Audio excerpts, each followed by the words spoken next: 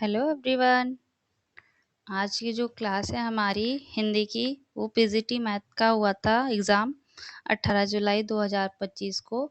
तो उसमें जो हिंदी का पार्ट पूछा गया था, उस पार्ट को आज हम सॉल्व करेंगे। क्लास स्टार्ट करने से पहले सब्सक्राइब कर दीजिएगा हमारे चैनल को और लाइक कर दीजिएगा। चलिए आज की क्लास हम स्टार्ट करते हैं। देखिए, फर्स्ट क्वेश्चन है, निम्नलिखित वाक्य को उचित कालवाचक विशेषण द्वारा पूर्ण करें। कालवाचक विशेषण हमें क्रिया विशेषण जो है उससे पूर्ण करना है। केशव ने डैश खाना नहीं खाया था। पहले दोपहर 7 बासी। तो देखिए, 7 हमारा कालवाचक नहीं है, बासी भी हमारा कालवाचक नहीं है। ये दोनों हमारे कालवाचक हैं, लेकिन इसमें से आपको सही वाला कालवाचक चुन के पहले में फिल इन द ब्लैंक्स में भरना है। पहले, केशव ने पहले खाना नहीं खाया था। जो ये हमारा पहले है ना, ये सामान्य कालवाचक में आता है, जबकि दोपहर एक विशिष्ट समय को दर्शा रहा है। तो इसमें सामान्य की बात करी गई है। तो यहाँ पे क्या आएगा, केशव ने पहले खाना नहीं खाया था। करेक्ट ऑप्शन हमारा 1 हो जाएगा।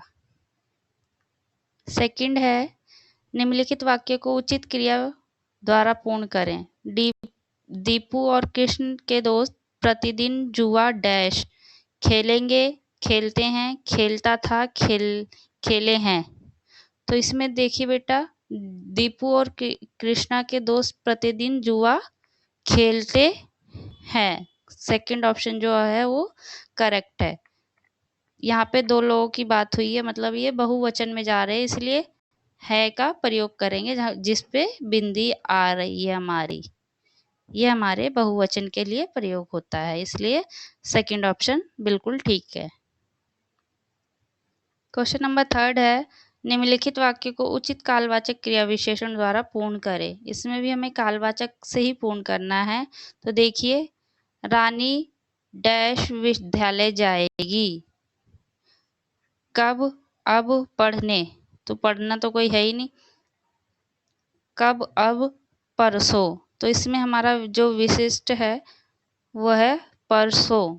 रानी परसों विद्यालय जाएगी, ये हमारे कालवाचक में आता है। परसों, नरसों, ये सारे जो शब्द होते हैं हमारे कालवाचक क्रिया विशेषण में आते हैं। तो करेक्ट ऑप्शन हमारा जो है वो 4th है। क्वेश्चन नंबर 4 है, सोना का पर्यायवाची शब्द चुने। सोना का पर्यायवाची होता है, एक बार हम ऑप्शंस देख लेते हैं। कलित।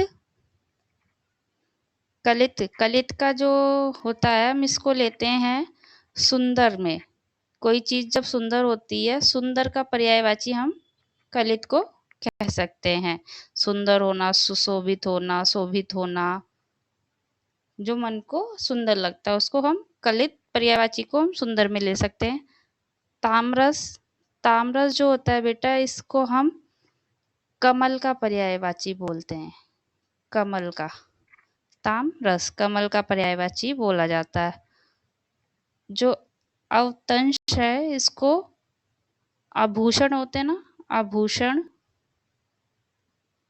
या हम गहना, इनका पर्यायवाची होता है ये।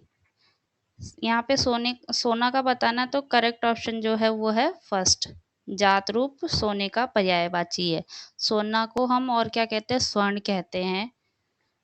स्वर्ण कहते हैं, जात रूप कहते हैं, ये हमारे पर्यायवाची हो जाते हैं इसके। क्वेश्चन नंबर 5 है, वह नहीं आया, कहा कि मोहन ने। वाक्य का सही क्रम बताना है। ये जो हमें दे रखा है वाक्य, ऐसे ही दे रखा है, शब्दों को इधर उधर करके इससे इन सबको सही एक क्रम बना के सही जो अर्थपूर्ण वाक्य बने वो हमें बताना है।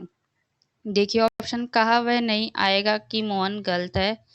नहीं आएगा वह मोहन ने कहा, ये भी गलत है। कहा मोहन ने कहा कि वह नहीं आएगा, ये हो सकता है। कहा कि नहीं आएगा वह मोहन, ये भी हमारा गलत है। करेक्ट ऑप्शन जो है वो हमारा 3rd है। क्वेश्चन नंबर 5 है, जापान एक संपन्न देश है। वाक्य में संपन्न शब्द का विलोम होगा। संपन्न मतलब परिपूर्ण होना, अच्छा होना, मतलब अच्छी कंडीशन में होना। तो संपन्न का मैंने आप लोगों को बहुत बार जो पहले भी वीडियोस थी उनमें ऑप्शंस में बताया है कि संपन्न का जो विलोम होता है वो हमारा विपन्न होता है। संपन्न का विपन्न, ये नहीं होगा, ये भी नहीं होगा, ये भी नहीं होगा। श्रीयन का मतलब होता है अनाज से। अनाज मतलब जो होता है ना उसको हम श्रीयन बोलते हैं। और जो कदन होता है, कदन मतलब खराब अनाज, जो खराब हो जाता है ना, सड़ जाते हैं या जिसमें कीड़े मकोड़े पड़ जाते हैं तो उसे कदन कदन बोलते, खराब गरीब का मतलब तो आप लोगों को पता है।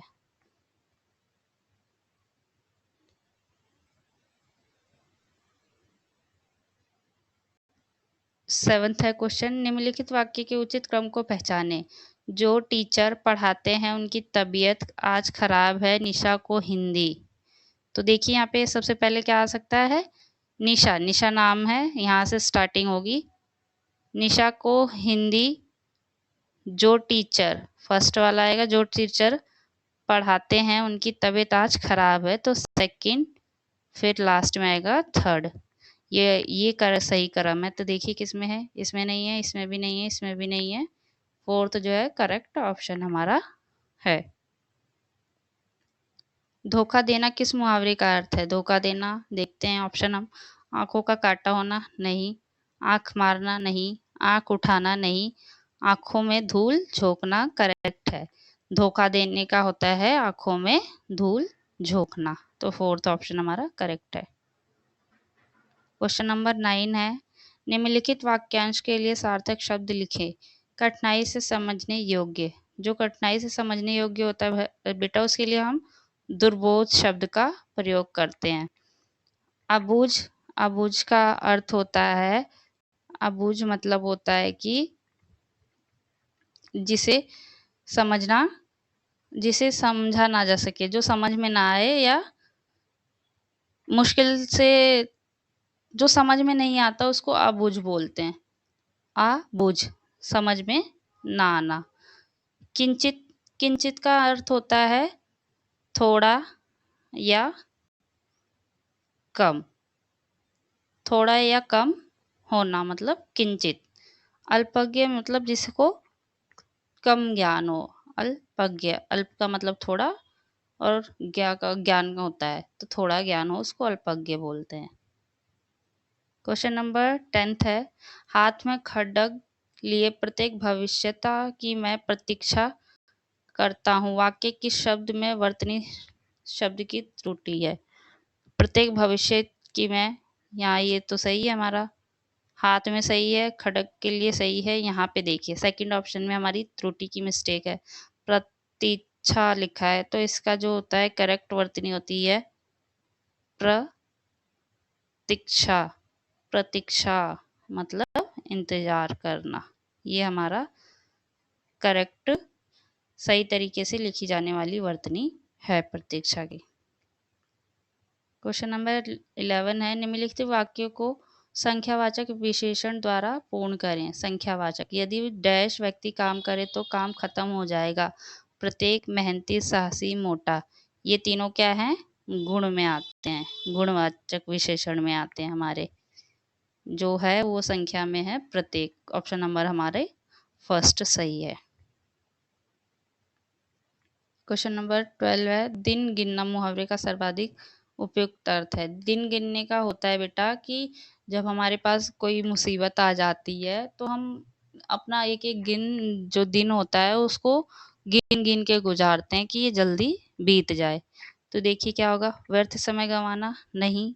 कुछ भी ना करना, नहीं। कठिन समय बीतने की प्रतीक्षा करना, इंतजार करना, नहीं। तो करेक्ट ऑप्शन हमारा थर्ड है। निम्नलिखित वाक्य को उचित कारक द्वारा पूर्ण करें। तुम्हारे सिर डैश पत्ता गिरा है। सिर का गलत, सिर की गलत, सिर पर होता है, तुम्हारे सिर पर पत्ता गिरा है, तो करेक्ट ऑप्शन थर्ड है, ये भी नहीं होगा। क्वेश्चन नंबर 14 है, वीर हृदय है, प्रशस्त वक्ष है, उदार मुखमंडल है, वाक्य के किस शब्द में वर्तनी संबंधित त्रुटि है। यहाँ देखिए आप लोग, उदारमुख सही है हमारा, प्रशस्त वक्ष सही है, हृदय हृदय है ये भी सही है। ये देखिए ये वर्तनी इसमें गलत है। मंडल हमारा इस तरीके से लिखा जाता है, यहाँ पे बिंदी आती है, ठीक है। मंडल की सही वर्तनी इस तरीके से होती है। ये वर्तनी जितनी भी आती है ना, आप लोग इसको अच्छे से ध्यान रखा करिए, क्योंकि ये रिपीट हो रही हैं, सब कुछ रिपीट हो रहा है। मुझे तो लग रहा है हिंदी इंग्लिश जो भी शब्द पूछे जा रहे हैं, वर्ड मीनिंग्स पूछे जा रहे हैं, वो सारे रिपीट हो रहे हैं पेपर में, इसीलिए जमकर प्रैक्टिस करते रहिए बस। क्वेश्चन नंबर 15 है, निम्नलिखित वाक्यांश के लिए सार्थक शब्द लिखें। किसी सभा या संस्था का प्रधान, किसी सभा या संस्था का प्रधान को हम क्या कहते हैं? अध्यक्ष। करेक्ट ऑप्शन हमारा 1 है। प्रभारी, देखिए एक बार इनके मतलब देख लेते हैं। प्रभारी जो किसी संस्था में जो कार्य हो रहे हो उसकी जो जिम्मेदारी उठाता है उसको हम प्रभारी बोलते हैं। निरीक्षक वो होता है जो कार्य की प्रक्रिया चलती रहती है ना, उसमें निरीक्षण करता रहता है कि सारे काम सही समय पे हो रहे हैं, क्या कोई चीज़ की कमी तो नहीं है, या कहीं कुछ कठिनाई तो नहीं आ रही है, तो वो निरीक्षक होता है। प्राध्यापक आपको पता है, हेडमास्टर अपना। अब आता है गद्यांश। गद्यांश को पढ़ना है और उत्तर देना है। तो चलिए एक बार गद्यांश पढ़ लेते हैं। आप लोग भी वीडियो को पॉज करके एक बार रीड कर लीजिएगा हमारे साथ। स्वतंत्रता अपने आप में निष्पक्ष नहीं, एक सीमा पार कर जाने के बाद स्वतंत्रता स्वेच्छाचारिता और उच्छृंखलता में बदल जाती है। एक व्यक्ति को धन कमाने की स्वतंत्रता है, पर काले बाजार की अथवा लूटने की स्वतंत्रता नहीं है। हम एक पागल को मोटर चलाने की स्वतंत्रता नहीं दे सकते, जबकि एक सामान्य नागरिक को जो मोटर चलाना जानता है, मोटर चलाने का आज्ञा पत्र प्राप्त करने में कोई कठिनाई नहीं होती। हमको लाउड स्पीकर पर गाने की स्वतंत्रता है, किंतु हमारे गाने से हमारे पड़ोसी की सोने की स्वतंत्रता नष्ट नहीं होनी चाहिए। जो स्वतंत्रता हमें प्राप्त है वह दूसरे व्यक्ति की स्वतंत्रता में बाधक नहीं होनी चाहिए। हमें यह स्मरण रखना चाहिए कि हर स्वतंत्रता के साथ एक दायित्व का प्रश्न जुड़ा हुआ है। हमारे देश में जो हाल तक गुलाम बना रहा नागरिक स्वतंत्रता का मूल्य समझना जरा कठिन है। अभी हमारे देश की जनता का ध्यान रोटी, कपड़ा, मकान और रोजगार की ओर गया है। प्राय लोग यह कहते सुनाई देते हैं कि हमें इससे मतलब नहीं है कि इस देश में किसका शासन है, जनतंत्र है या तानाशाही। हमें तो रोटी चाहिए, रोजगार चाहिए, दवा चाहिए। इन आवश्यकताओं को कोई भी पूरा कर दे। जनता की ये मानसिक स्थिति ठीक नहीं है। यदि जनता की सूझबूझ ऐसी ही रही तो फिर स्वतंत्रता जो असीम बलिदान देकर प्राप्त की गई है मिट जाएगी। चलिए ऑप्शंस देख लेते हैं, एक बार हम क्वेश्चंस देख लेते हैं। क्वेश्चन नंबर 16 है, प्रस्तुत गद्यांश के लिए उपयुक्त शीर्षक चुने। तो इसमें तो देखिए पहला ही मुझे बिल्कुल करेक्ट है और यही ठीक है। नागरिक का जीवन नहीं है, निरंकुशता का महत्व, स्वतंत्रता का हनन नहीं है। फर्स्ट ऑप्शन करेक्ट है। क्वेश्चन नंबर 17 है, इस गद्यांश के आधार पर वास्तविक जीवन में स्वतंत्रता को क्या समझा जा सकता है? सापेक्षिक स्वतंत्रता, स्वैच्छाचारिता, उच्छृंखलता या निरंकुशता। तो बेटा ये नहीं होगा, ये भी नहीं होगा, ये भी नहीं है, ये बिल्कुल सही है। सापेक्षिक स्वतंत्रता का अर्थ होता है कि पूर्ण स्वतंत्रता का ना होना। जैसे कि गद्यांश में बताया गया है कि उतनी ही स्वतंत्रता मिली है कि जिससे दूसरे व्यक्ति की स्वतंत्रता का हनन ना हो। सापेक्षित मतलब कुछ सीमा के साथ हमें स्वतंत्रता मिलती है, पूर्ण स्वतंत्रता नहीं मिलती है। इसके बाद है क्वेश्चन नंबर 18, निरपेक्ष शब्द का अर्थ होता है जिसे किसी बात की अपेक्षा। निरपेक्ष मतलब होता है जिसे किसी बात की अपेक्षा ना हो, जिससे किसी बात की अपेक्षा ना हो। करेक्ट ऑप्शन हमारा 1 है। किसी को किसी अन्य के संदर्भ में समझना नहीं, आश्रित अथवा निर्भर नहीं, अपेक्षा सहित नहीं। प्रस्तुत गद्यांश की संरचना कैसी है? जो प्रस्तुत गद्यांश है वो उसकी संरचना बतानी है। उपदेशात्मक है, भावात्मक है या व्याख्यात्मक है या निर्णयात्मक है। तो देखिए जो गद्यांश था ना वो उपदेशात्मक था। इसमें उपदेश दिए जा रहे थे कि उसकी स्वतंत्रता इतनी होगी तो उसकी उतनी होगी, उसको ये करना चाहिए तो उसको ये करना चाहिए। भावनाएं कहीं भी नहीं थी, व्याख्यात्मक भी नहीं था, निर्णय भी कहीं नहीं लिया गया था। तो ये सारे ऑप्शन नहीं है, फर्स्ट है हमारा करेक्ट। लास्ट है, स्वच्छताचारिता का अर्थ क्या है? सदाचारी व्यवहार, स्वार्थी व्यवहार, निरंकुश व्यवहार या अनाचारी व्यवहार। तो सदाचारी व्यवहार, स्वचारिता का अर्थ होता है कि जिसमें अपनी इच्छा से हम व्यवहार करते हैं, तो एक तरीके से वो निरंकुश व्यवहार करेक्ट ऑप्शन है हमारा। एक बार सदाचारी व्यवहार वो होता है जिसमें हम नैतिक व्यवहार देते हैं। स्वार्थी व्यवहार जो सिर्फ अपने बारे में ही सोचता रहता है। और अनाचारी जो व्यवहार होता है, ये वाला अनाचारी व्यवहार, इसमें अनैतिक अनैतिक अनैतिक व्यवहार और अनैतिक या दुराचारी व्यवहार आचरण शामिल होता है। तो करेक्ट ऑप्शन हमारा इसका थर्ड है। ओके, अगर आप लोगों को वीडियो अच्छी लगी हो तो प्लीज़ सब्सक्राइब करना मत भूलिएगा चैनल को, और लाइक करना मत भूलिएगा। कोई भी डाउट हो तो आप लोग मुझसे कमेंट करके पूछ सकते हैं। Thank you.